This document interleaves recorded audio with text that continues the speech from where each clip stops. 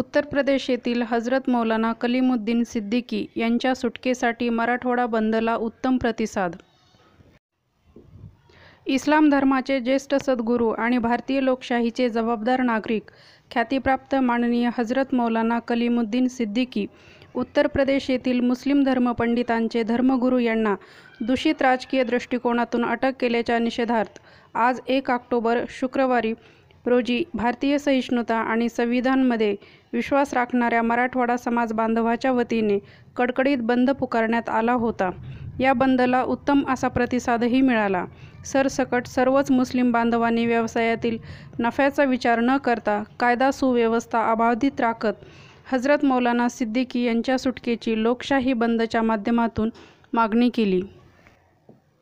याच निमित्ताने काही दिवस अगोदर पाथरी येथील कुल जमाती तंजीम तालुका पाथरी जिल्हा परभणी यांच्या वतीने हाफिज अब्दुल जब्बार, अन्सारी अब्दुल नईम, शफीउद्दीन फारुकी यांच्या वतीनेही प्रशासनाला मौलाना सिद्दीकी यांच्या सुटकेसाठी निवेदन देण्यात आले आहे, अशी माहिती मिळते.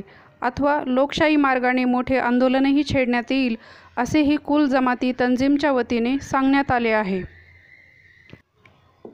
ब्युरो रिपोर्ट शेख अनवर, जेबेन वेब न्यूज मराठी, पाथरी.